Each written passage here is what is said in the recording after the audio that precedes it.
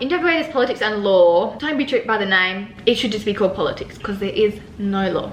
They're like, you should do the exam, and I was like, no. Ban exercises. Oh no, don't write notes for maths. Oh, I did that. Absolute waste of time. Oh no. You know when you have like something X, whatever, and then you have like to the power of 5 or whatever, what's it called when you have to like take the power out the front and reduce down? Oh, like what's that called? Deforestation.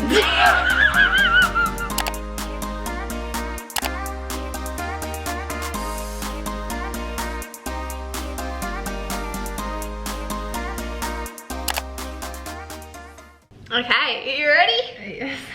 Hello everyone, welcome back to my channel. I hope you're all having an amazing day so far. As you can see, today I'm sitting here with my sister, Noelle. Yay, I'm back. She's back, brought back by popular demand. She's been in a number of videos before. The best video was the Christmas cooking challenge. So Noelle has just finished year 12 this year. She graduated, class of 2021, or last year now. And my channel, as you guys know, started out with me doing study tips when I was in high school, and then I graduated and kind of stopped making school study tips because I wasn't really in school. But I feel like they're helpful videos, and I know that quite a lot of you guys are still in high school and going through ATAR. So I thought I'd bring Noelle on to give her ATAR study tips. Oh, yay! So that's what she's going to be giving in this video. Yeah. Year 11 and 12 ATAR study tips to do well. So we're going to start this video by asking Noelle, what subjects did you do in year 11 and 12? In year 11 I did methods, spec, English, chemistry, economics and politics and law. And then in year 12 I did methods, spec, English, economics and politics and law. I started doing chemistry. Like I did chemistry for, I think, first term and half of second term of year 12. And then I was just really didn't enjoy it. Yeah. I just did not like doing experiments. There's all these chemistry assessments all the time. These random ones. I don't know, I just didn't like the assessment style, and I didn't find it that interesting. And I feel like if you're doing 6 subjects, you really only need to do 5 because only 4 of them count. So it's like 4, have a spare one. I don't know. So I don't know if that was like the best decision, but that's what I did. I don't know. I think it depends on the person whether you do like 4, 5 or 6 subjects in year 12. I'd recommend for most people doing at least 5. I kind of wanted to do 6. I think if it wasn't, I just really wasn't enjoying chemistry, so that's why I dropped it. I didn't drop it because I wanted to do 5. I dropped it because I didn't like the subject. I actually would have preferred personally to have done 6, just because I think I do better when I have more subjects on. Yeah. Like when I have more on, I tend to do better grades wise, and it would have given me some more wiggle room with school related things, but I don't know. So I feel like if you're like have a big commitment outside of school, like a big sport or like like you do a lot of music or something, then maybe doing 5 is good. But if you're really just kind of focusing on year 12, then I think doing 6 is Tia did a lot of running obviously throughout year 12, so then she was doing 5, but I wasn't running throughout year 12 because I haven't been running, so yeah, I don't know, but that's alright. Yeah, what's done is done. Alright, what's done is done.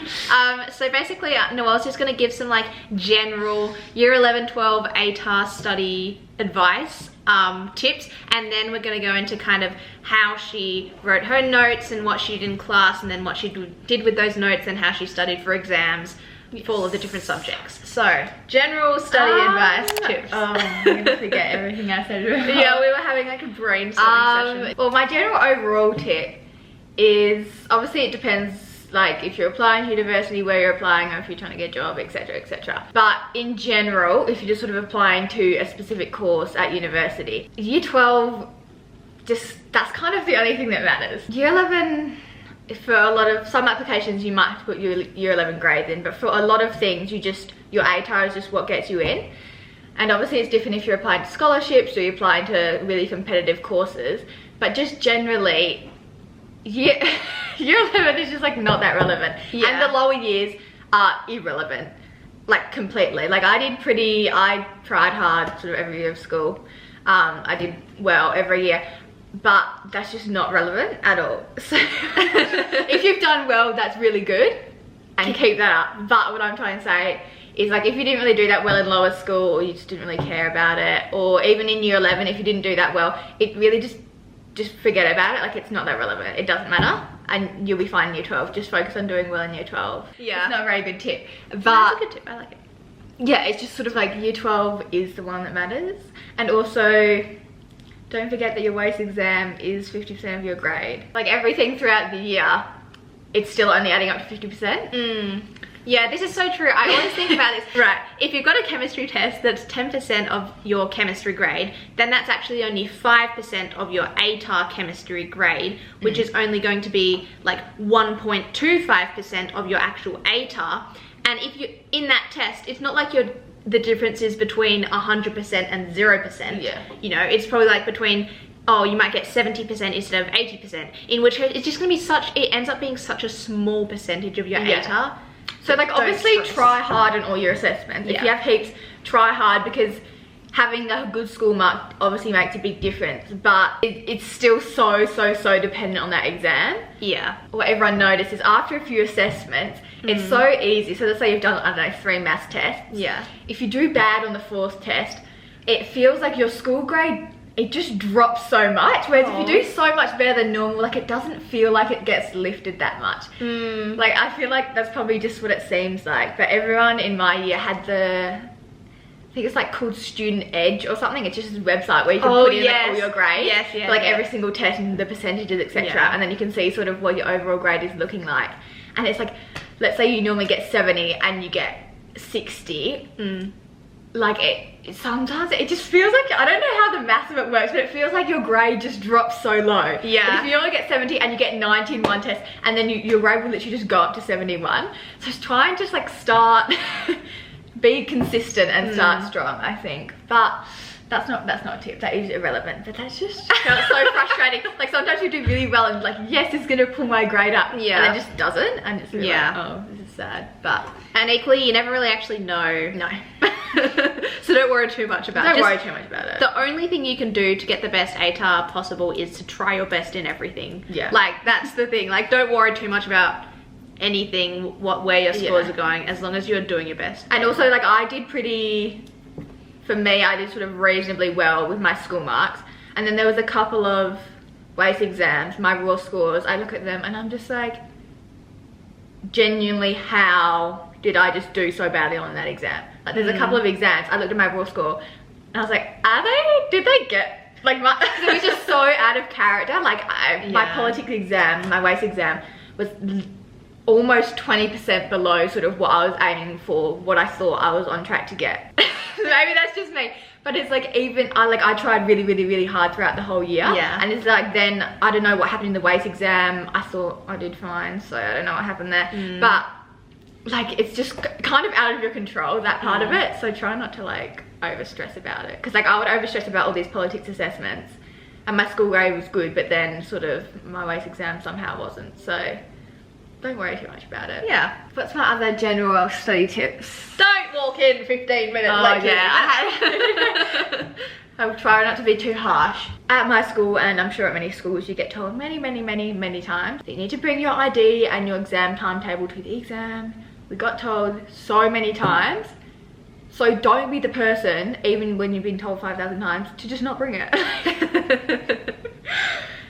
You'll be fine if you don't bring it, but I just found it slightly strange that people would not bring it. Also, try not to. That is the worst tip ever. But yeah, like obviously if there's late, obviously no one wants to be a sickness or misadventure. No, but just try and think.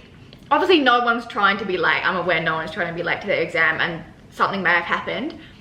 Just maybe it's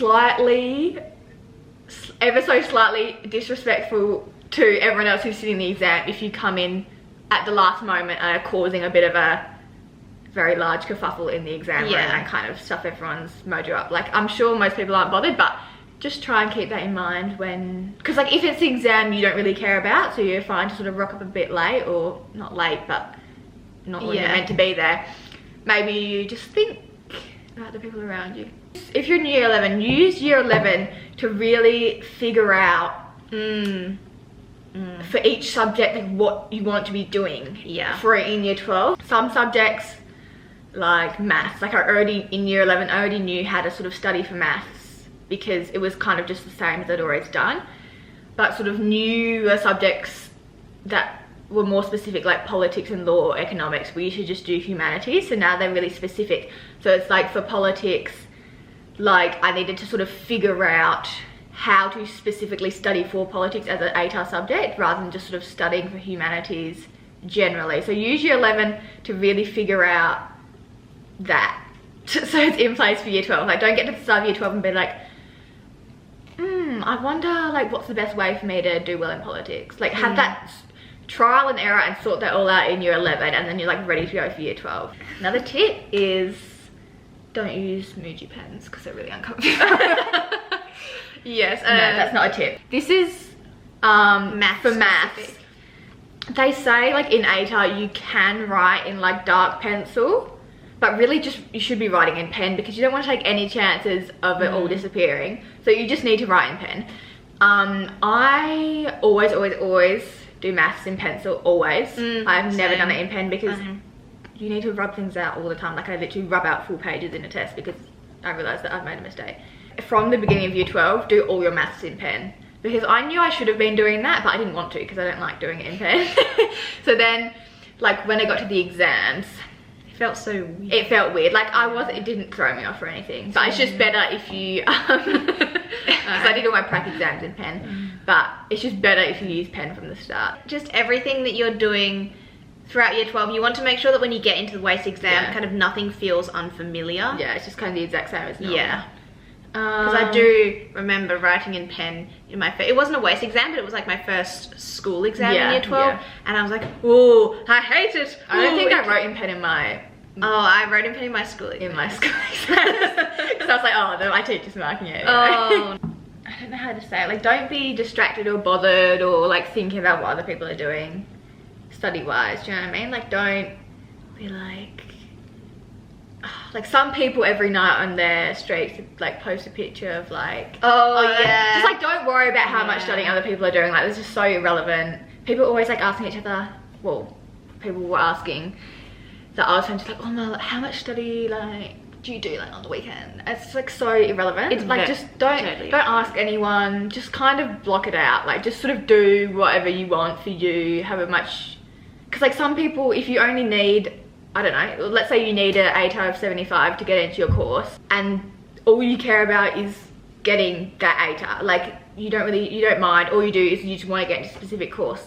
So if that's all you want to do, then you just need to study as much to get that ATAR for yourself. Like you don't need to like bother too much about what everyone else is doing. Like everyone's going to be aiming for a different thing. Some people are aiming for a 99.95 because they want to get some fancy scholarship to Oxford, I don't know. And then some people are just, they want to get an 80, some people want to get a 60, some people want to get above 50, etc. Just kind of like don't worry about it and just like aim for what you're aiming for. And if someone's like, you're studying too much, you're not studying enough, like, oh, whatever. Yeah, ignore them. Oh, and what I tipped before, it's not really a tip, but if you study hard for a test, an exam, your ATAR in general, etc., and you're aiming for a grade and you don't get that grade, like it's fine to feel disappointed. Like don't people try and like make you feel bad, or teachers like, oh, like it's fine, it's just one test, or like you'll end up where you need to be or something. Like okay, like I might, but it's like if I worked really hard to get an 80 and I got a 60, like you're okay to feel like, it's fine to feel bad. If you're disappointed in yourself, that's all right. Like you don't need to be like, oh my god, like to everyone, like oh my god, I'm so bad, like I only got whatever grade this is. But it's okay to be a bit disappointed. However, if you didn't at all study or you didn't try, then you don't really have a right to feel disappointed. Like, you know what I mean? Like people are like, oh, I only got this mark, but like I didn't study at all. And it's like, okay, well be a bit realistic with yourself and be like, did I study enough to get that mark? No. And if you don't really care what your mark is, then that's okay. But if you do care what your mark is, then you kind of need your actions to exactly match up. Like, match up. The effort you put in should match up with like what you're expecting to get, like for yourself. Like if you don't care, you don't care. Like that's fine. Like it's just sort of what you want to do. But yeah, like it's okay to feel disappointed. And don't let people sort of tell you that like, no, that's really, really good, because if it's not what you wanted, it's not what you wanted. So you're the only person who can sort of gauge that. But yeah, those are my general tips. Okay. They're not really study tips, but I feel like it's easier for individual subjects. Start with maths. Maybe. Maths. Yeah. Okay, so yeah, she did both spec and methods. Also, we're going to say like about choosing subjects. Oh yeah, about choosing subjects.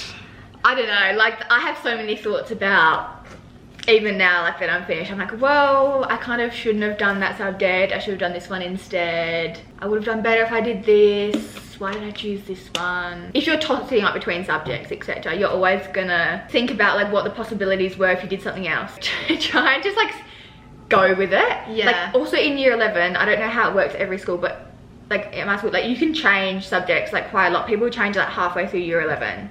And they were able to do that. Don't just give up on something straight away, but sort of try and sort everything out in year 11 and have a bit of an idea of how many subjects you want to do in year 12, etc. But try not to just get caught up on, oh, well, I should have done apps instead of methods. I would be doing so much better in everything. You just need to like go with it. Go forward with what like you like. The whole of year 12, I was like, oh, I shouldn't have done spec. And yeah, I didn't want to do spec in year 12. I was like, oh, and I probably shouldn't have done it. But same. I'd gone with it. I wasn't in a position, the chemistry thing, but anyway, I just needed to go with it. I shouldn't have done it. Probably wasn't the best decision. I probably didn't have all the information that would have been useful.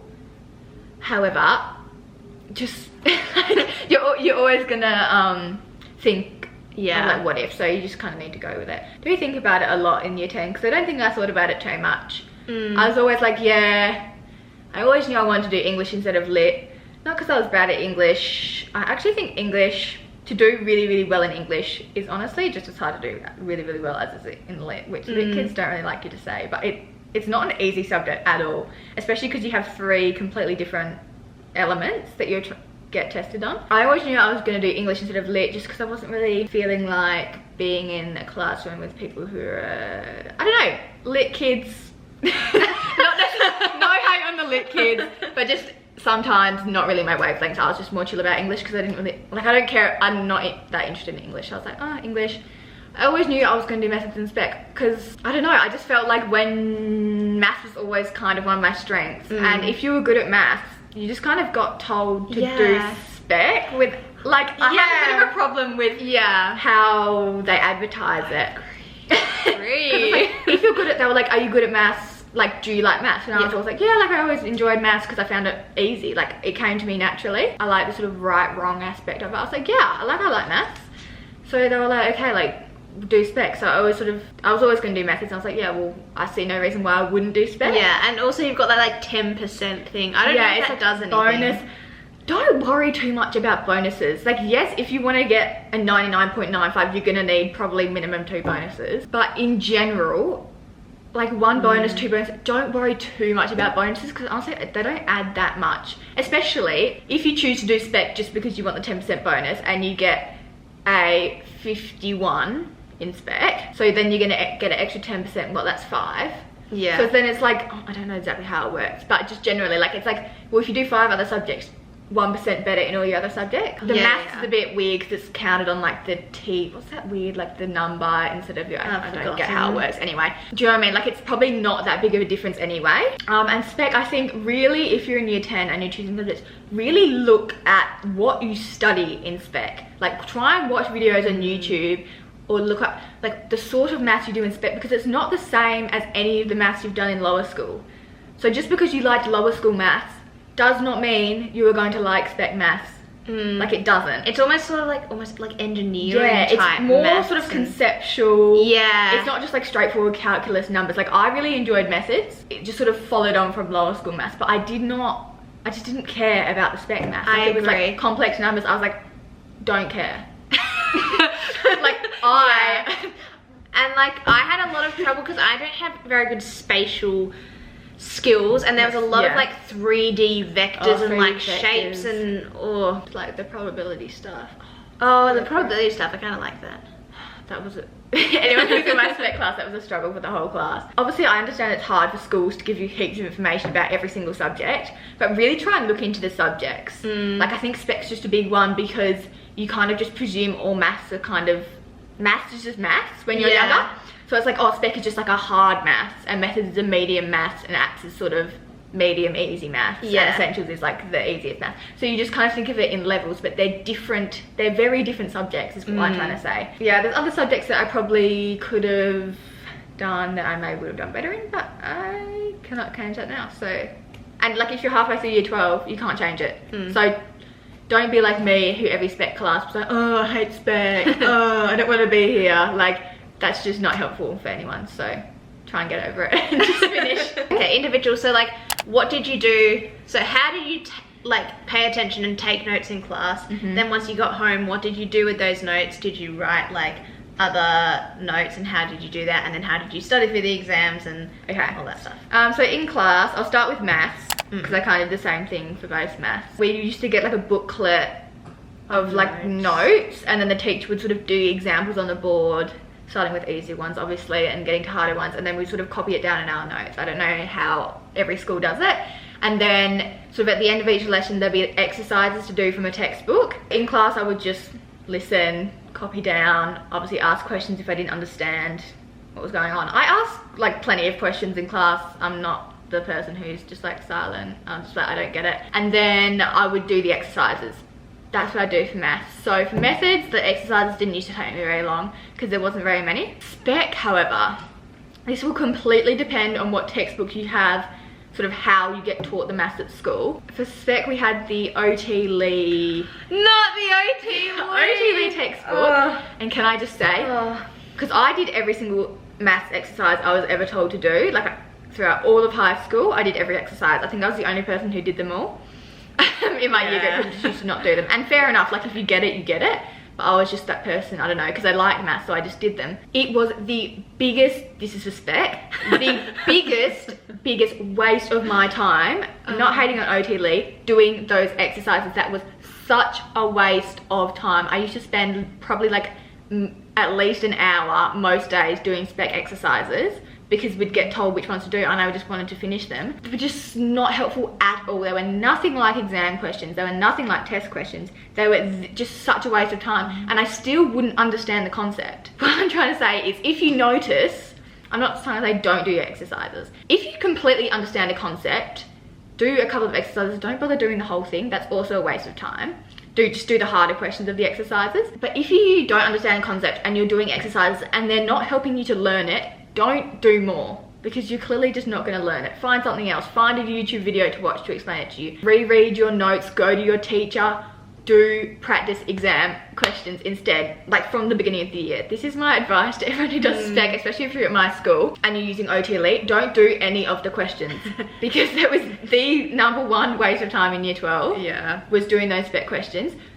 So what I would recommend if you're doing Spec, and this applies more to year 12 because it's year 11 Spec, I actually found like not hard. Yes. Like year 11 Spec I found so fine. Yes, me too.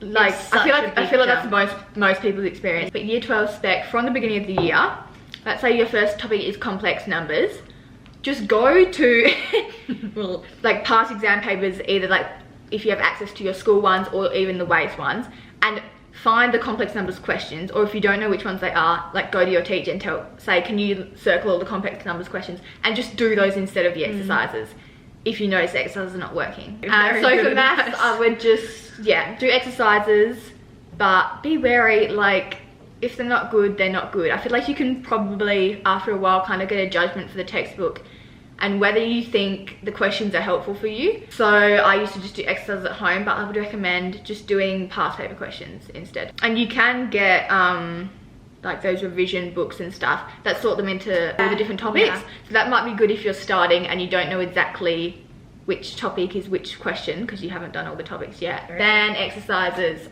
I used to be a big fan of exercises in lower school. That's why you should do more. ATAR, don't bother. For maths, I would just do the notes. Obviously in class, I'd like reread them if I didn't understand.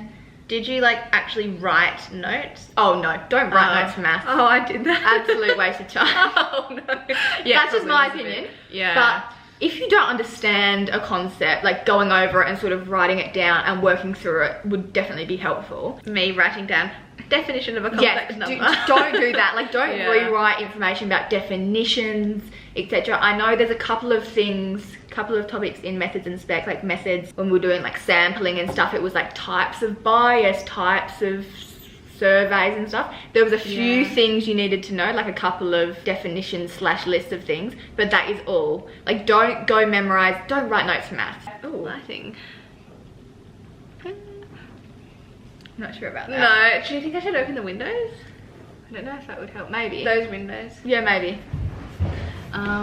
Yes, so now my takeover.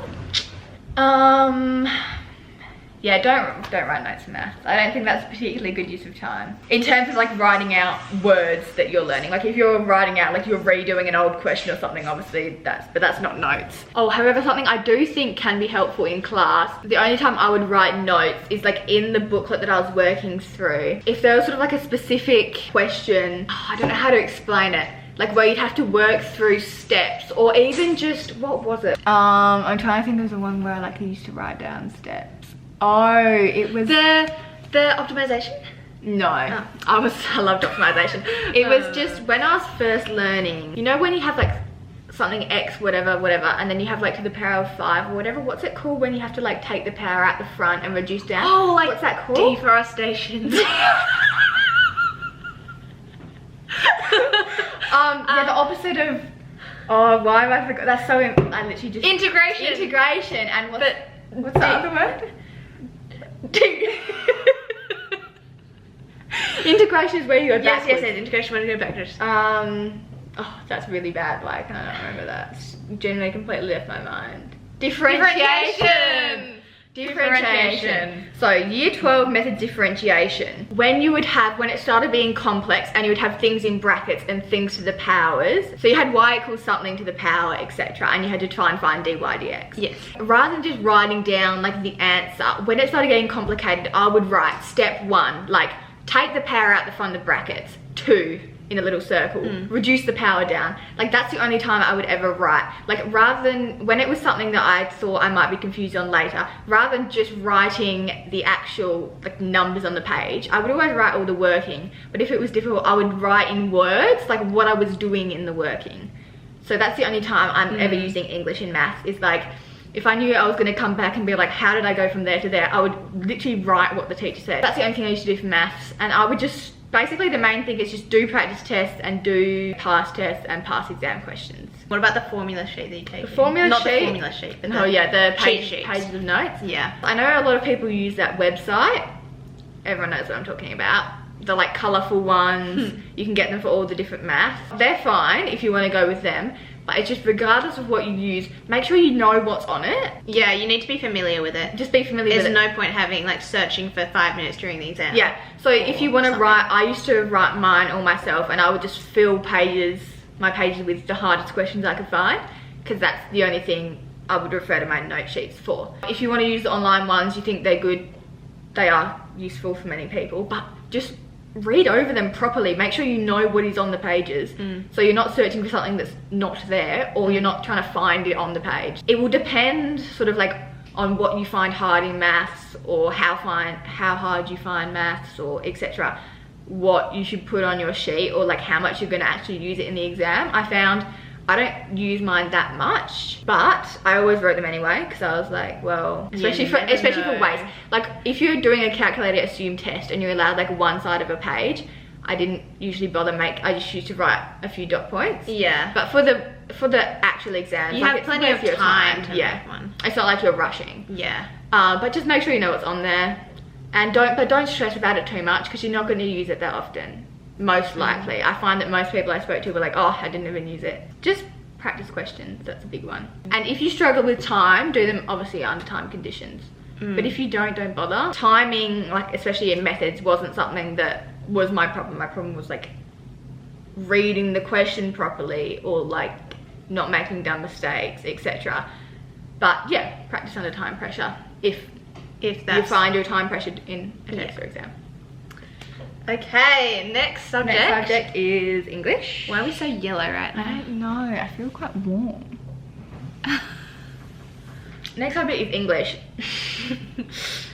I have very strong feelings about the fact that English just should not be compulsory. It honestly gets on my nerves so much. If in English you learned how to write properly, or like write sentences, or like a useful grammar, then yes, maybe compulsory, although you should know that by the end of year 10. Yeah, that's the thing. Obviously you have to do an English wherever you are in Australia, I'm pretty sure. Yeah. And I think like in some places that has to count as one of your top 4, which is a bit of an RIP. Like I'm pretty sure in Victoria it has to count or something. Don't count me on that, but I'm pretty sure it does in some states. In WA it doesn't, you just have to do it. I don't think you should have to do it, but honestly, yeah, try your best, but don't overdo it. Like don't, just saying don't try too hard is a really bad advice. I don't want to say you shouldn't try in English, because you should, but it's just so, English teachers try and say it's like not subjective because like they follow the marking criteria and stuff, but it is. At the end of the day, it is. At the end of the day, it has to be. It can't not be. Like it just is. I'm sure all the markers are really fair, etc. But sometimes they're just not gonna like what you wrote. Yeah. And it's just, I don't know.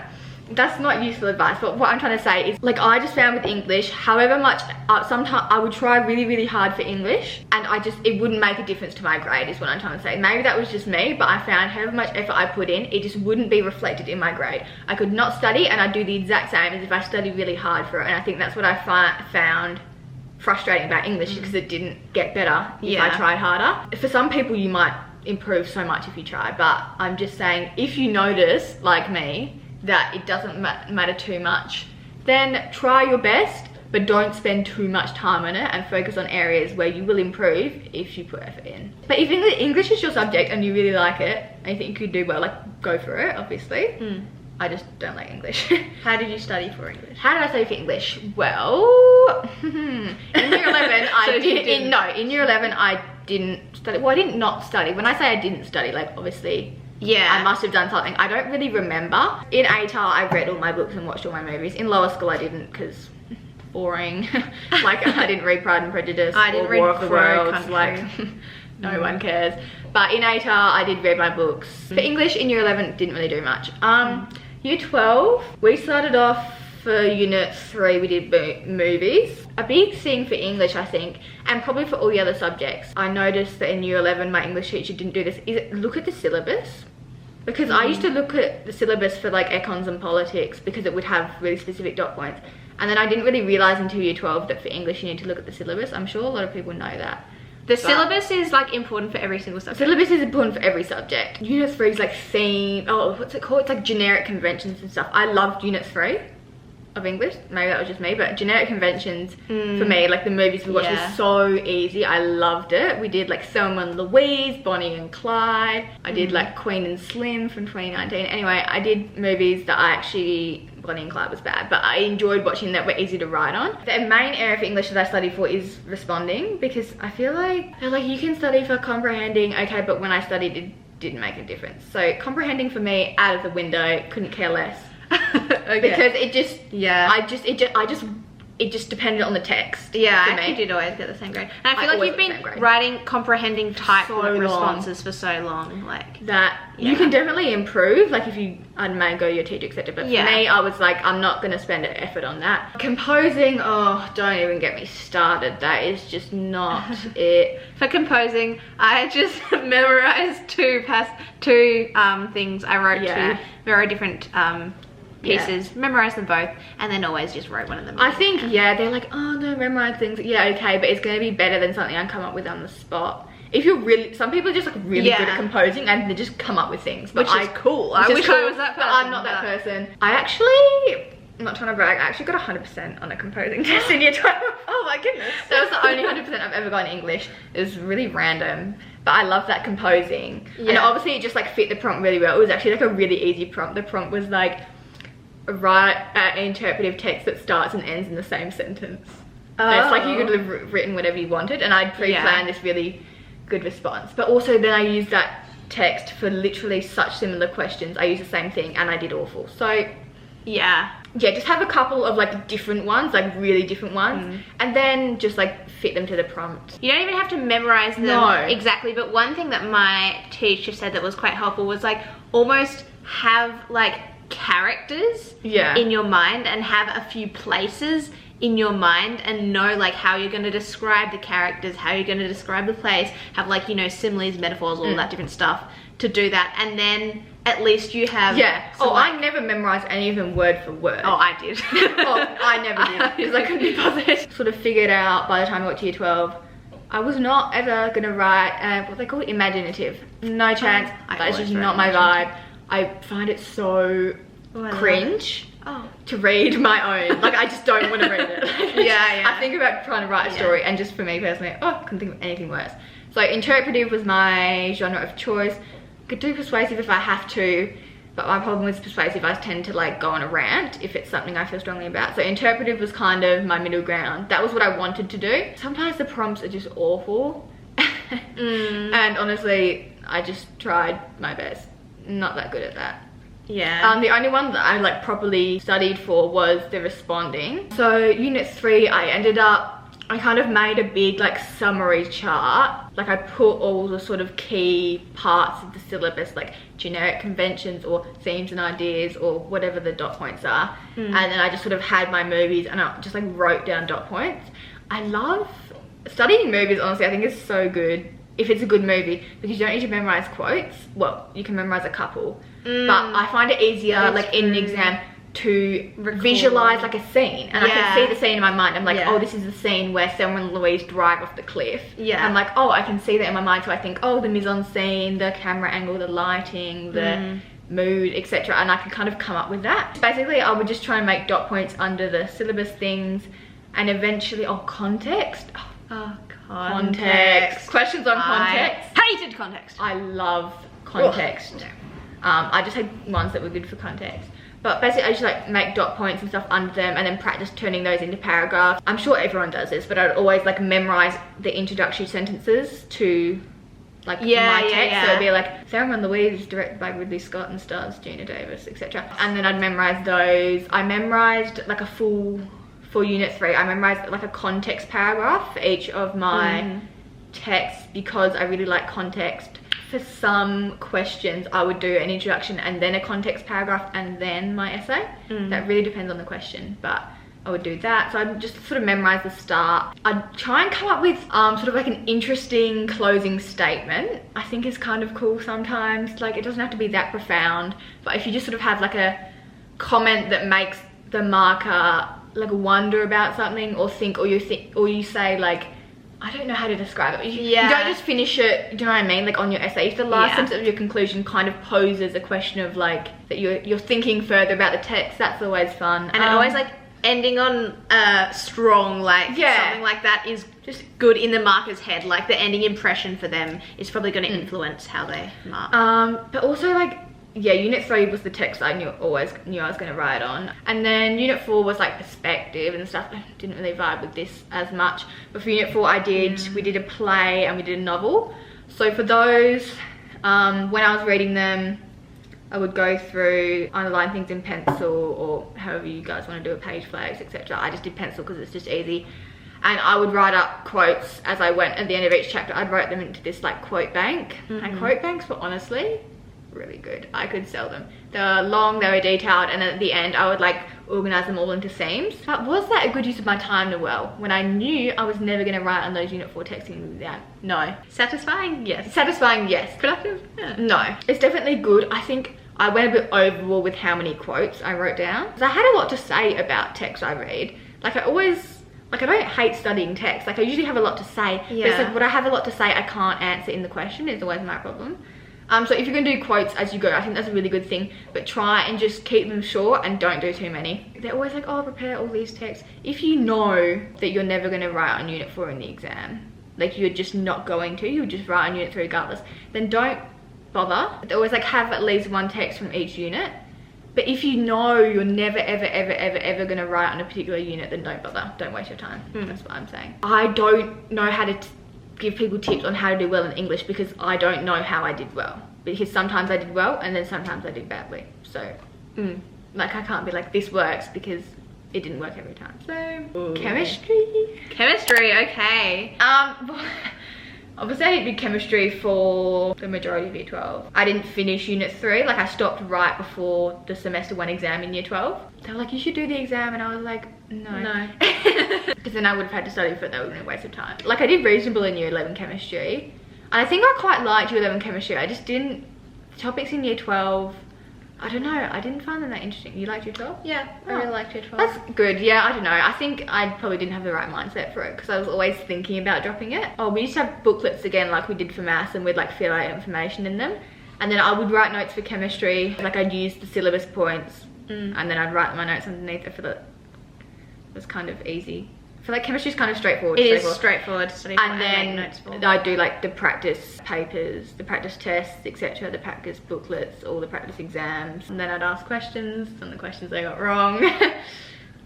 Yay! I don't know, like chemistry for me was like really straightforward to study for. Yeah. Obviously for all of these I would ask questions in class as I go along. Yeah. And then I'd just like redo old stuff. Chemistry, obviously you do need to memorize information. People know how to memorize stuff like however you want to do it, flashcards or like Quizlet, or I don't know. Look, cover, right, look, cover, right, check. That's honestly kind of, I did a version of look, cover, right, check. Some people like love flashcards or like palm cards, whatever. Flashcards. Honestly, for me, it was just a waste of time because I would write my notes on the paper and then I'm rewriting everything on flashcards. See, I feel like that's why you do a version of look, cover, right, check. Which is why you just cover it. Like I just memorize things on the page. Yeah. And then like you can figure out like what you already know. Like there's areas that you don't need to memorize because you just know it. So just focus on the things that you don't know. Make sure you know all your, this is more year 11 because you should know them by year 12. Like all your irons. Yeah, your irons. Like the numbers and the signs. CO minus. Just make sure you know them. It's not that AG difficult. plus. Well, I know some people might struggle with memory as a thing. I find memorizing things not too hard, but just like focus on that at the beginning. It makes your life so much easier. Yeah. If they just come so naturally to you, you don't have to think about them. So put as much effort into that as you need to. Yeah, like some people just know them, some people it takes effort. Don't go like, do that before year 12. Yeah, do that. Yeah. You should do, like do that at the start of year 11. Do that at the start of year 11 if you don't already know them. There's always those like, it's the marking keys are like really specific sometimes with like the words you need to put in. And I remember when it's like, is this a metallic structure or is it a, do you know those explanations? Where it's like, explain why bonds and stuff. Bonds, like bonding, ionic bonding and structures. There's like those paragraph answers, or like all the characteristics of a metallically bonded, I can't remember. Yeah. There's like certain covalent sentences, bonding. etc., and paragraphs. So for those things that you know you have to be specific on, like write one or etc., go to your teacher and be like, does this have everything I need for this question? Yes. And make sure they've told you that all your words are in there, and rewrite it and just memorize those. Like don't bother thinking about them. So chemistry, memorize the things that you know you just need to know. And then yeah, honestly I really enjoyed chemistry in year 11. I just was sick of it by year 12. Yeah. But I feel like chemistry is just pretty straightforward to study for. Yeah. Then obviously there's like those conceptual things. I know some people really struggled with the shapes when it was like the tetrahedral, or like the shapes of like, what are they called? Molecules? Yeah. When it's like, there'd be this bond or... Oh, yeah. I don't know. Some people... Linear. Yes. Pyramidal.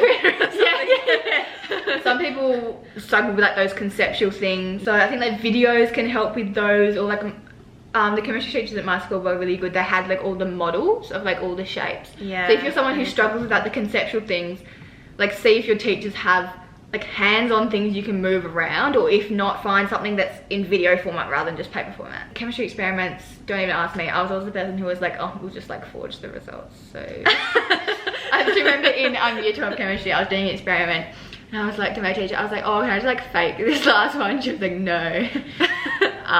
I hate experiments, so. But like I used to always write up my experiment results like straight away. Like that evening. If I was doing an experiment in class and you're like recording something in a table, I'd always just sketch up a really rough table in class. Oh, yeah. And I always redo it later. Yeah. Just because I found that easier. And because we had these tests, which I hated, which suddenly was sprung on us, where it was like, oh, you need to have completed all these 10 experiments and we're going to be testing you on them. Oh, yes. And then no one had ever written any of them up. So just try and keep up with them as you go. Yeah. Keeping up with they things. don't take very long. Yeah. That's chemistry. Okay, moving on to the next subject, which is Next subject is econs. Econs. Oh, Fave see, that's so funny subject. because I just call it econ Really? now. Oh, Because that's how you say it. weird American over here. Econ. Econs, favorite subject. I love econs so much. Just like ATAR economics for me, it was just so. It really helped the teachers, the two econs teachers at our school are just like the best people. Yeah. We love them. They've been teaching it for a very long time. They know like everything. They're just so good. So They they are obviously very helped good, yeah. a lot. I think econs is a fab subject to study for ATAR. So in class for economics, we used OneNote. So the teachers would put notes in like each topic, because the econ syllabus is in, you know what I'm talking about. It's like in topic. So it's like this topic is monetary policy, etc. So they'd have like a 1 page for each of that, and they'd have like notes in it. And then in class, they'd sort of talk through the notes and explain everything to us and add information. So I always reformatted every single OneNote page to exactly how I like it. Like I changed the font to the font I want. I changed the colours to nice colours rather than like red, etc. That's just me because I'm really fussy with how things look. And then during class, I'd type in like dark grey, because like all the notes would be in black. Yeah. And then I'd type in dark grey anything extra they said. Just so I knew what you'd put like in. what I put in. So I just typed those in class and focus on really listening. Like for econs, the concepts came pretty naturally to me. It always made a lot of sense, which is why I liked it. But I think the main thing for me was because our teachers were really good at explaining things. We just listen in class. Like the main thing was generally just to listen. Like I think I would have almost done as well as I did if I hadn't done anything but just listen in class. Obviously that depends on the quality of your teaching, but I think for subjects, same with like chemistry and stuff, for subjects where you're trying to understand a concept, even maths, like really just listen in class. Obviously you may have teachers who can't explain things well, and then that's a separate issue, but if you have a good teacher, really listen. So econs for me, listen in class, write down those things, and then I would handwrite econs notes. For me, I would write them in a notebook on plain paper again. So I would basically just write what was on the OneNote, obviously get rid of things that I just didn't need to know where I already knew that. Draw out little models, etc. Oh, and little diagrams. Little diagrams, yeah. Write down, like obviously you can just, once you have the notes from the teacher and from what you've written down from them speaking in front of you, you know what you want to write down on paper. So I just write that down. Kind of same as for most subjects, I would do practice tests. We didn't actually get practice tests before our tests because our teachers didn't want to, but that we had like heaps of prac exams, like all the old prac exams from our school, and then all the old waste prac exams. I would just do prac exams. Econs, you obviously do need to memorize some information as well. Once again, I tried doing flashcards sometimes in year 11 and I gave up on them because it was a waste of time rewriting out my information. For me, it was a waste of time. So I would just, cover it up, write it down. Like I used to have a big thing in my room of like scrap paper, like old paper, and then also notebooks that I'd like half used from when I was younger. And I just used the old notebooks and I would just like write from memory as much as I could. I think didn't like Unjaded Jade come up with like the blurting or something as like an actual study technique that she calls it? But like I've done that my whole life. Same. It's just like if I'm memorizing things. Like that's what I mean by like look, cover, write, check. Like I'll look at information, then I put it away, and then I write it all down what I can remember. Yeah. So now I like check. Now people are like saying that's legitimate technique, which I suppose it is. It is, but like people have been doing it before it would have an actual name. Had a name. But you just literally just write it all down, and that's how I memorize things. And then I do practice things for econs, practice multi-choice, practice data interpretation, practice extended answer. I used to do all three, but focus on whichever one is your weakest. Like you figure that out by the time you get to year 12. If you struggle with extended answers, just do heaps of practice. I just did heaps and heaps and heaps of practice for econs because I liked it. So it was also kind of a procrastination subject for me when studying for waste, because like, oh, I can write an econs answer because like I know how to do that. But I used to write so many. I just did all the practice exams and like all the extended answers from a lot of the exams and give them to my teacher and she had to mark them. Yeah, get them marked, etc. and then read the feedback. I was pretty lucky with econs. I found the way my teachers explained it, it made sense to me. But I would always go with questions pretty regularly during exams, probably like maybe once a week, or usually sort of like a couple of days before a test. I'd like compile a list of questions from sort of during the time and like when I was studying, and then I just go to my teacher and just sort of rattle them off at her and she'd explain them. I'd be like, great, thanks. And then sort of, like I just keep a list of questions. Yeah, I asked a lot of questions in econs class, sort of just constantly clarifying things. Our class was always sort of like discussing things, etc. For econs. But yeah, like just focus on, like if you know you're really good at extended answers, obviously practice, but just focus on the areas that you're not good at. Focus on the topics that you're not good at. Don't resist the temptation to just rewrite what you know. Like if you're really good at monetary policy, if you're really good at transmission mechanism, like all of my class was because we loved it, stop just like rewriting extended answers where you write out the transmission mechanism. This is not helpful. Like write the ones on like productivity and structural change that no one likes. Yeah, like when you're studying for WACE exams, when you look at the extended answers, do like the 2 that you least want to do if you're in the exam, you know what I mean? Don't be, obviously in the exam, do the ones that you want to do, but when you're practicing, do the 2 that you'd be like, oh, those are the 2 I wouldn't choose, so that you can make sure you're covering all your bases. But also for econs, you can predict a lot of the, you can't predict the exact questions, but you know sort of what areas are more likely to come up from previous years. Yeah, that's econs. Okay, I better change the camera battery. No. Oh my god, we're back. I saw this meme the other day where it was like, ow. It was like, why do YouTubers' batteries like always running out? Like, why don't you just charge? Anyway. Now onto the last subject, which is politics. I liked politics a lot. I originally, like when I filled out my subject form in year 10, I wasn't going to do politics.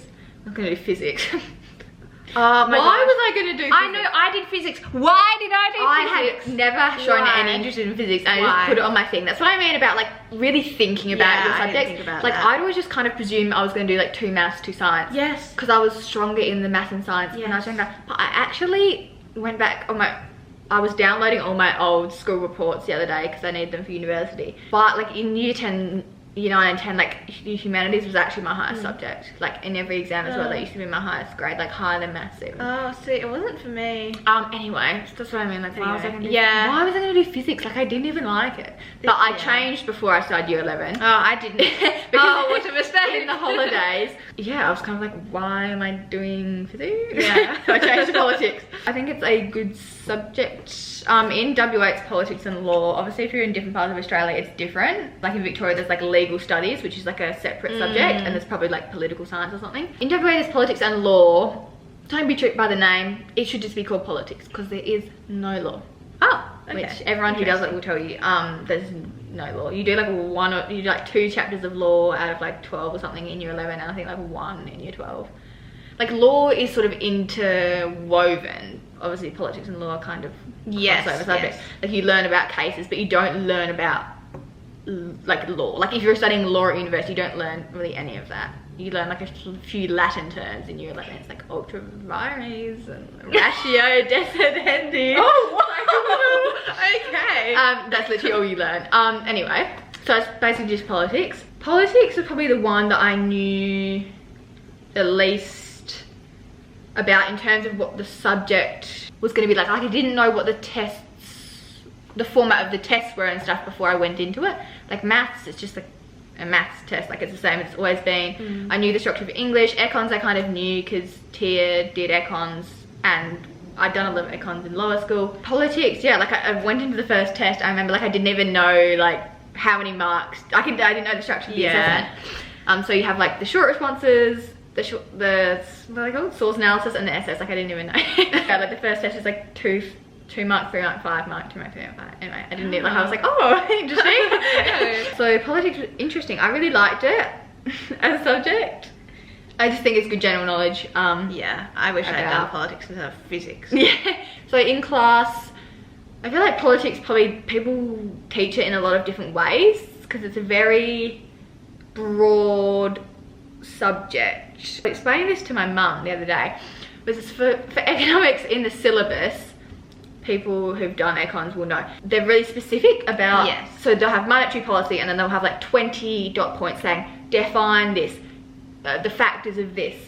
They're very specific, and those are all the things you need to know about monetary policy. They're the only things you're going to be asked, and so you'll have like, I don't know, a few dot points under each specific thing because there's heaps of things in the syllabus, whereas politics is completely different.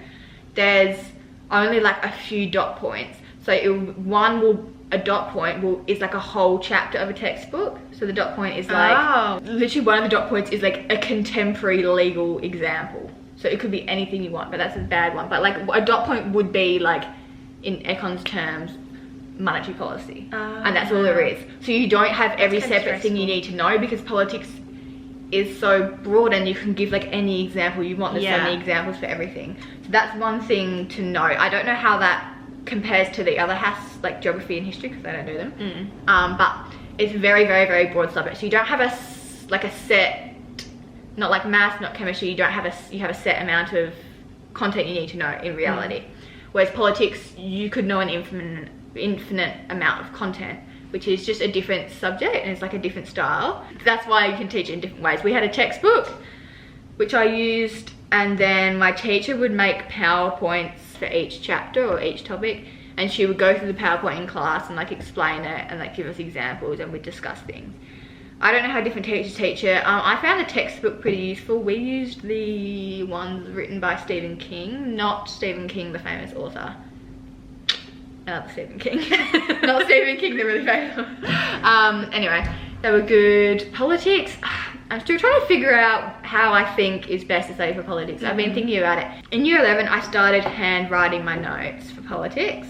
So I'd go through the textbook and I'd write down the information and I'd write down all the examples. And then halfway through, I switched to typing my notes, just because there was so much content. Because I felt like I needed to write down everything that was, like I felt like I needed to know everything that was in this massive textbook. And I felt like I needed to know like every single example that had ever been brought up. Because in lower school and other subjects, like there's a finite amount. Whereas in reality, you don't need to know, you need to be more selective yourself of what you are going to learn, which I think is one of the things that's difficult about that sort of subject.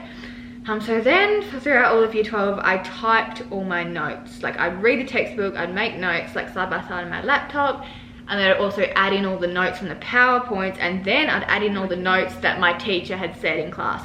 And it just took me so long. Like it took so long, and I ended up with like 350 pages of notes for year 12 politics. And it's like, oh my gosh, that was just not efficient way of learning. What I did do, I wouldn't just learn off those type things. I'd print them out, and then I'd usually make like a summary, like a couple of page summary for each topic before the test. Yeah. And honestly, I think what I needed to do was just not write those politics, not type any of those notes. Like be really brief with what you're going to write down in politics. It's all about the examples. It's all about the examples. Like you just need to know as many, if you just know examples, you're going to do well. Like there's a lot of theory and definitions, etc. in the textbook, and yes, you need to know definitions and stuff for some questions, but you don't need to know like every piece of information is what I'm trying to say for politics. And that I think was my main problem, because I just wanted to know all the information so I felt prepared, but that's just not possible because there is so much.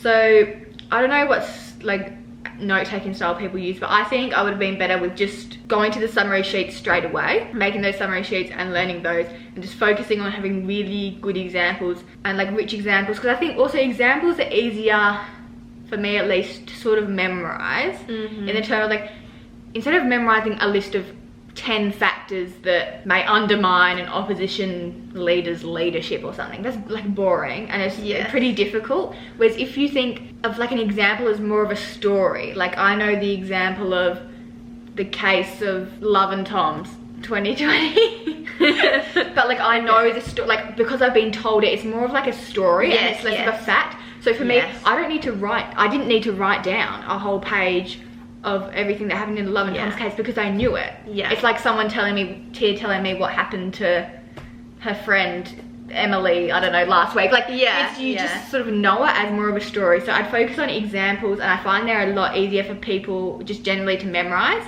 and they're a lot easier to sort of talk through with people. So I'd focus on narrowing in on your examples and picking a bunch of examples. It's kind of difficult, to explain what I'm trying to say for politics, and it's difficult if you haven't, like let's say you're in year 10 and you haven't done it yet, to understand what I mean when I'm trying to explain it. What I mean to say is, if you're like me and you generally try and learn all the information possible, that's not the mindset you need to have for this subject. I would focus on making detailed summaries for each chapter, or sort of each topic / chapter. Focus on the word summary. Like really try and summarize the content nice and short, and then make the majority of those notes be with relevant examples that you know you could use if you're asked something about that topic. That's what I do for each different chapter of whatever textbook you're using / topic. And then really practice writing, especially practice writing essays. At least for me, I think a lot of people, you can kind of figure your way through the short answers because the maximum is a 5-mark question. The source analysis, the maximum is an 8-mark question, which is quite a lot, but it's still only a page of writing. Essays are, I think, in general, what most people struggle with in politics, because you're expected to write an essay in 45 minutes in comparison to an essay in English or Lit you'd write in 60 minutes. And you're expected to write like a lot. At least I was expected to write a lot. Like I wrote, I think 6 sides of a page in 45 minutes. Oh my goodness. In an exam. Like, could you really trying to pack in, like politics is an intense exam, like really intense exam. That was the only exam every time I did politics exam, I was writing non-stop for 3 hours, non-stop. I did not stop writing the whole time. I'd finish an essay and straight on to the next question. That's just me, because once I've learned something, it's kind of in my brain, and I do try and learn a lot. So for politics, I had so much information. You really want to convey it all. I had so much information that I'd learned. I just wanted to tell them that I knew so much stuff. But for essays, I think it's a really big focus. Practice writing essays. Practice writing them under time conditions. This is a subject you need to practice under time conditions if you're going to do well, because to write a good length essay in 45 minutes, you need to be fast and you need to like really go for it. Do practice writing short answers and source analysis, but I think essays is a big one, especially because essays are worth half your politics exam. Like you have 2 essays in a politics exam and they're worth 50%. Doing a lot of essay plans will really help you for exams. For individual tests in politics, I found them relatively easy to study for, because for us they'd be on 1 or 2 topics. So you can really focus in on those 2 topics and you can learn a lot. Whereas a politics exam, especially sort of like your end of year 12 ones, are difficult because you have learnt so much content. You have so much content, and they really, although it is a 3-hour exam, which sounds kind of long, they can't ask you really, they can only ask you on such a small amount of how much you would probably know. So you can only really convey the amount that you can in 3 hours.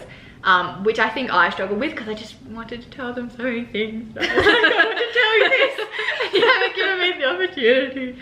But that's okay. So practice writing essay plans. I think it can be tiring to write full essays out. So for every topic, you should have at least 1 essay plan. Like find old questions. There's plenty of old questions on the past exam papers, or you can even make them up yourself. They're not too difficult. You sort of figure out what they're asking you. Sort of for every topic, like dot point out what you would do in each paragraph. Obviously you can't, there might be something in the specific question that directs you in a certain direction, directs you a certain way, and you can only use this sort of content rather than everything.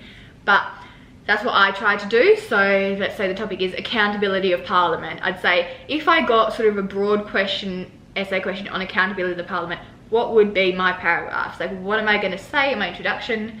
I'd think, how could I start this essay off? Because in politics, there's not really a specific way to start it off. Like in English, you sort of, like you explain your text, and like you have a summary sentence of like what they're about, and then you sort of answer the question. But politics is kind of whatever you want. You need to define your terms, but try and think of like an interesting way for each topic to start off. Like for a lot of topics I had like a quote that I thought was interesting that would sort of spark, that's like about that, or like an interesting way of defining something, etc. And then sort of think about your paragraphs. And also a big one with politics essays is the conclusion. You get politics essays out of 25 and there's 3 marks dedicated to your conclusion. So if you don't have a conclusion, you get 0. You've immediately lost 3 marks. Leave yourself time for your conclusion and make your conclusions good. I think that's the one thing I actually managed to improve from year 11 to year 12, because I kept going to my teacher and being like, how do I get 3 marks, full marks for my conclusion?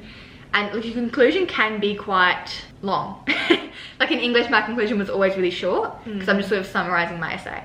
But in politics, because there's marks for it, you need to have it. So you need to revisit all your evidence. Not necessarily all of it, but as much evidence as you can, your main points, and you need to be specific. So if you mentioned Love and Tom's, you need to be like, Love and Tom showed us this, blah, blah, blah, blah, blah. Like literally write the case names out.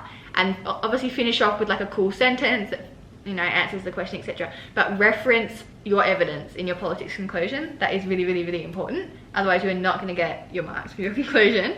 What I actually used to do in exams, and if I was doing an essay as a assessment, I would go through, as I'm about to write my conclusion, like I've written the rest of my essay, really quickly because I'm rushing with my highlighter, and I would highlight the evidence because I used to pack. I think my strength in the essays was packing it full of information because I used to kind of learn so much and have so many examples, and I would highlight like I'd highlight the case name or the piece of legislation, etc. every example, so that I'd actually have quite a lot, and I'd highlight them, and then I'd go to my conclusion, I'd look at all the highlighted pieces, and I basically just sort of write them in my conclusion. Right. So I made sure to hit every evidence that I'd mentioned, so they knew exactly. I'd say this said this, this said this, this said this, and then I'd conclude. I'm a bit weird with how I like actually fill out a test or an exam. Like I do things in a weird. So strange. I'm really weird. Order-wise, like I do not ever do anything chronologically. Any subject. So strange. Some people agree with me that they like will do this question first and then they'll go back to this question. A lot of people just do things chronologically. I will. Teachers say not to do this, and from the large majority of people don't do this because it doesn't work for you. I would miss things. You'd miss things. I don't know if there's something wrong with my brain, but the way my brain works is I will literally write like half an answer and then I'll go to the next question. Like if I'm in a politics, I have an 8-mark question, I'll get halfway through, I'll be like, oh, I'm not quite sure what I want to say for the next bit, then I'll start writing my essay. And I'm not recommending you do that, but I'm just saying, find like a method of filling out assessments that works for you. You don't have to do things chronologically. People are like, oh, why aren't you doing this section first? Or like, you can't leave an answer unfinished. I'm like, but that works for me, and that's how I do it. So for politics, I would never do it in chronological order. I did always do my strongest essay first, because I'd pick my essay question and I'd bang it out like as fast as I could, try and get it done in 40 minutes. And then I would do either a source or maybe some random questions from short answers, whatever questions I knew I could just go really fast and I could just get it down and that question would be done. Then I'd return to an essay and I'd finish off with whatever questions that I didn't like. Like if there was a 5-mark question in the short answer that I was like, oh, what on earth am I going to say for that? I'd leave it till the end because that's the one I'm going to spend time on, and that's the one that I'm going to have to just kind of make up if I don't know it. Do you know what I mean? Even within an essay, I don't always write my introduction first. I leave a gap, plenty of room on my page, and I would start my body paragraphs and I'd write them, and then I'd come back to my introduction, especially, this is the same in English, especially the thesis statement, you know, like the end statement where you're answering the question. I'd probably write like the definitions and stuff. I'd start off my essay and then I'd leave a gap for like a long thesis statement, because when you're writing it, it might not go exactly in the direction, this is a tip for English as well, it might not go exactly in the direction you thought of at the beginning. Like it's going to be similar, but it might be slightly different. So I'd write my essay, I'd come to my thesis conclusion while I'm writing it, and I'm like, okay, well that's clearly what I was trying to say, and then I'd go back and I'd write that in my introduction, and then I do my conclusion, and then my thesis statement was exactly what I was going to say in my essay, rather than being like kind of off. Because I think like in lower years and like in English and politics in year 11, I'd like write a statement and then it would be what I'm saying but not exactly my main point. If you're not 100% sure what your main point is, etc., that's something you can do, and don't be afraid to do that if that's going to be something that works for you. And look at timing as well, because I sort of figure out where I'm going. I think, oh, I'd like to add this point at the end, but if I can't add that point, then I don't want me to have, you know, mentioned it at the beginning, etc. Yeah, politics, I would recommend when you're doing the exam to start off with an essay. However you do sort of the middle part of the exam, that's sort of up to you. But I think if you read the essay questions and hopefully there's at least one that you're like, yeah, I think I could really do well on that, plan it, just do it straight away, because then it's out of your head. It's same for econs, I think, with like the extended answers. if you see a good extended answer, just like go and do it. Like don't be like, oh, I'm gonna do the multi-choice. Like no, write your extended answer, and then you've done it and you know you have all the information down and you've killed that extended answer and you're on the roll. Like you started off strong, you're like, yes, I just wrote a fabulous essay on the accountability of Parliament. Yay, I'm so excited. And now I can like take all of that information out of my brain. Obviously it depends on the subject and like what the assessment is, but yeah, like leave, I feel like this is obvious, but like leave the hard questions until the end. Like I know people say that a lot in maths. They're like, oh, if you can't do it, skip a question. But people don't really say that in humanities, or people used to say that in chemistry, but they didn't say it in like politics. Like if I didn't like that politics question, I'd do it at the end. It's the same with economics. If that particular data interpretation question is the thing that I find hardest on the paper, I'm not gonna do it in the middle. Like I'm gonna do it at the end. I'm gonna leave it at the end until I've filled out everything else to the best of my ability, and then I'm like, okay, what can I come up with for this question? I'm not trying to make people like half write an essay and go do something else. That just works for me, and then I'll come back to it, but that probably doesn't work for anyone else. So. Yeah, but just like realize when you get into an exam, I would always like get the paper and then I'd realize like, this is my paper. I can do whatever I want with it. Yeah, English, people always start on the comprehending. No, I always do my responding first. Always do my responding first, comprehending, and then composing. That's just me. But because responding was always my strongest section, and that was the stuff that I had studied and memorized for. Yes. I know people like write a plan and come back to it, but that's not how I do it. Like I just want to go for it and I just want to write it, and then I've done it. So yeah, don't be afraid to trial and error that in year 11 as well. I think is a big one if you're going into year 11, is use it as a trial period. Like for English, use it to try out all the different styles of composing. Like actually try them in an assessment, and be like, okay, I don't really think I like writing persuasive or etc. And then you do the other ones and you really trial and error them out. Trial and error out, get like how you study, how you prepare, how you fill out the exam, and try and suss out what is the best method for you. Oh, I had one more thing to say for politics. So do your sort of summaries for each chapter, and then when it comes to exams for politics, hopefully you should have retained a lot of that information. We are hoping. And then focus on examples that can be used across a bunch of different topics. So if you have an example of a case or a piece of legislation that can only be used for a really specific topic, okay, but if you can find one, like the Same-Sex Marriage Act, or that's not what it's called, but that act, if you find that, I found that I could use that in like 50% of the topics in year 12 politics. Like I could use it in so many different applications. So really try and find examples that are broad, because then you can learn less. And then also if you're doing a question and you don't have an example, one that's really sort of useful, you might be like, oh, I could actually use that example for this question. So just because you've learned an example in one topic doesn't mean it doesn't apply to a different area. So try and think outside the box of how you can really use your examples. Just examples, and no detail about your examples, because I know in the short answers you can just kind of say, oh, example of this.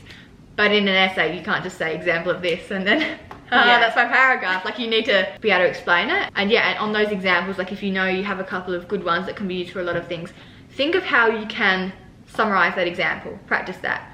So if you're thinking of the Same-Sex Marriage Act and you can use it for a lot of things, practice writing like a 1 or 2 sentence summary of what it is, or like when it happened, etc. So that it's really easy to drop it into something but give it context at the same time. Because as soon as you're getting to like a longer answer, sure, it's fine, you can just like name drop a few things, but you do need to be able to show that you understand what that example is. Yeah. And it can be difficult if you haven't practiced that in an exam and you're trying to quickly summarize something, because you know so much, you know the whole story of this case, etc. But you don't have time to write a full page on one case, so you need to think of how to summarize that previously and then drop them everywhere. That is just so useful. Examples. And also, coming back to essays, I'm not saying to memorize full essays, because the questions, you don't know the questions, but you can memorize like reasonable chunks of information. Politics is a good one. You really can predict pretty confidently the essay questions for each year in the weights exam. Go through and like tick off which topics have been covered in which section, blah blah blah. And if you know this topic has not been covered in the essay section in this long, like there's such a high chance it's going to come up. And then for those ones, focus on like really practicing essays and practicing memorizing not a full essay but like paragraphs or like big chunks that you can use. What I did was I think I ended up with maybe 4 essays for each unit, and I really narrowed down on the ones that I wanted to come up, and the ones that I predicted would come up did come up, so go me. And then I'd like transfer them onto, like I wrote good essays, I transferred them onto palm cards, and I just kept like reading over them again and again and again. I wasn't trying to, let's say, memorize the full thing, but I just really familiarized myself with how I would talk about a case, or how I would sort of string it together.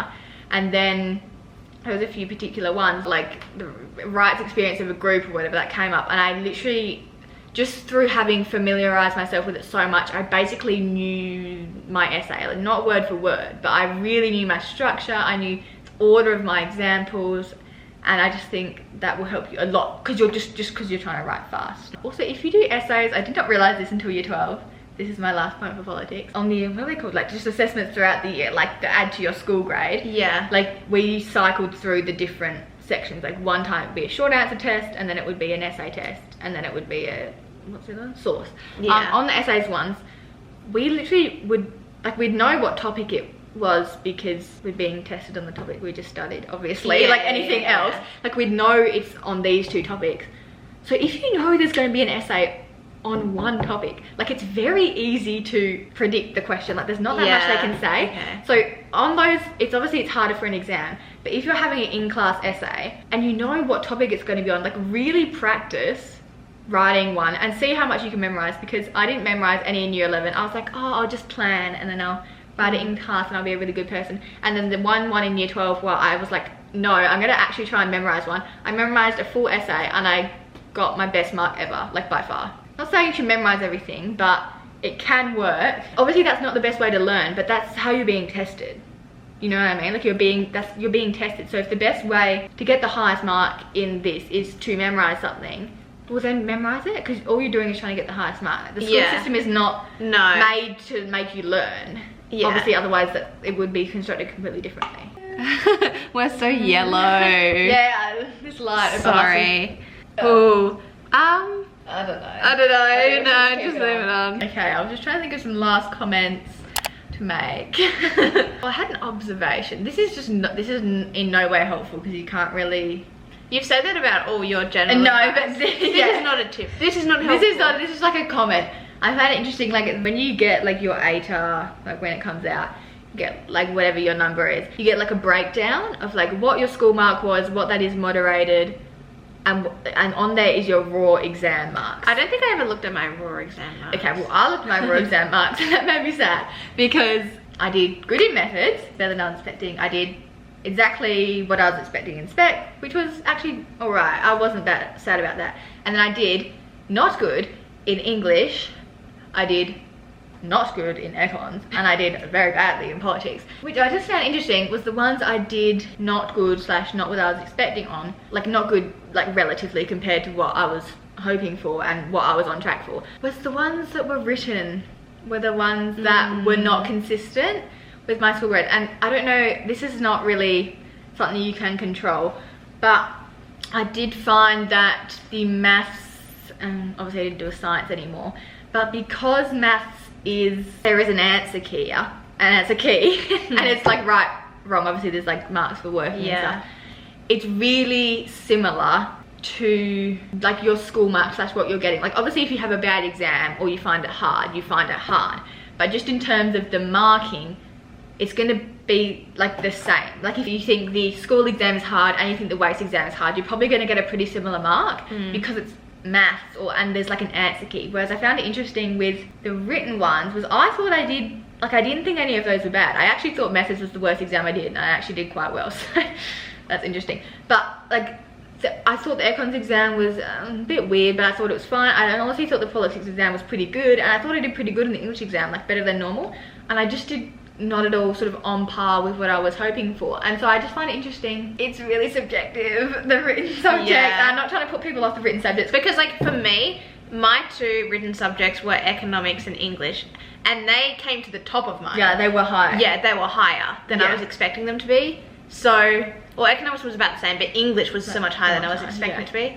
So it really just is variable. It's really variable. Whereas that's my thing. Like I'm not saying you're gonna do a lot worse than you're expecting, like I did, but they're because they are subjective, I think the likelihood of you doing similar to your school marks in your WACE exam is just not likely at all. I don't want people to not do written subjects because my favourite subjects were generally economics and politics, and that's what I want to do at university, and those are the ones I like the best by far. And again, they could vary up. Just to consider before you get your results back so you're not like really shocked, because I just still don't, and it's hard because like obviously you don't get your exam back, so you can't be like, oh, what I did wrong. Like I'm just like, what part of the politics exam did I do bad on? Like did I fail an essay, or did I just like do badly overall? Or so that's just something to keep in mind. The written ones are probably more variable, and they may go up, and you may just like do so good in English and like, oh my god, the marker loves my stuff, like yay. Yeah. But like the maths and science are probably more likely to be the same. Like obviously things get moderated and scaled and stuff, I'm not talking about that, but I'm just talking about like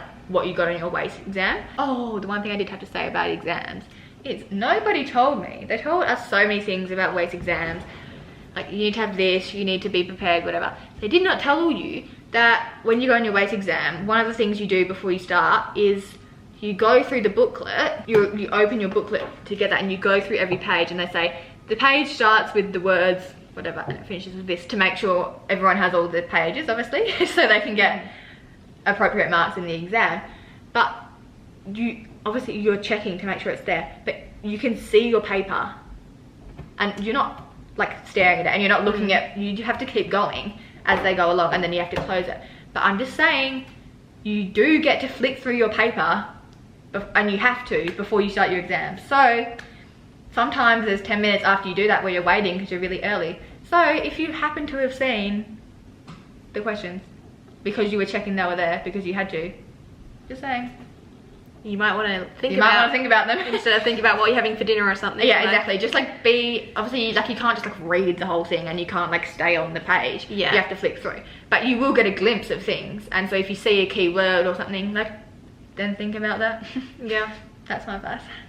Awesome. Oh well, thank you so much, Noelle, for coming on. That is like a wealth of advice. Yeah, I feel like it's really good because I was kind of running out of, I've kind of given all of my ATAR tips, so it's really good to have some like fresh advice. Noelle's gonna have my fresh advice is don't do maths exercises, do past papers. Don't write heaps of notes for politics.